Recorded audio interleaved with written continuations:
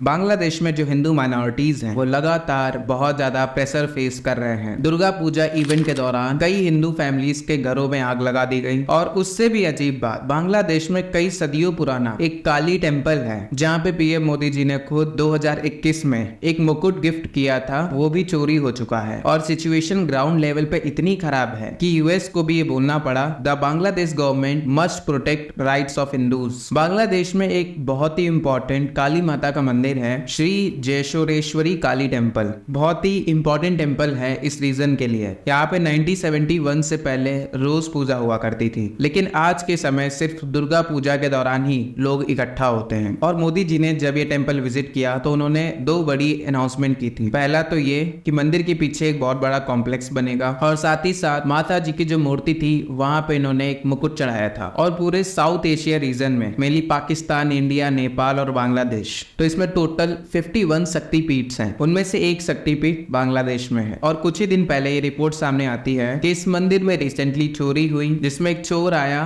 और वो मुकुट चोरी करके ले गया जो मोदी जी ने काली माता को चढ़ाया था।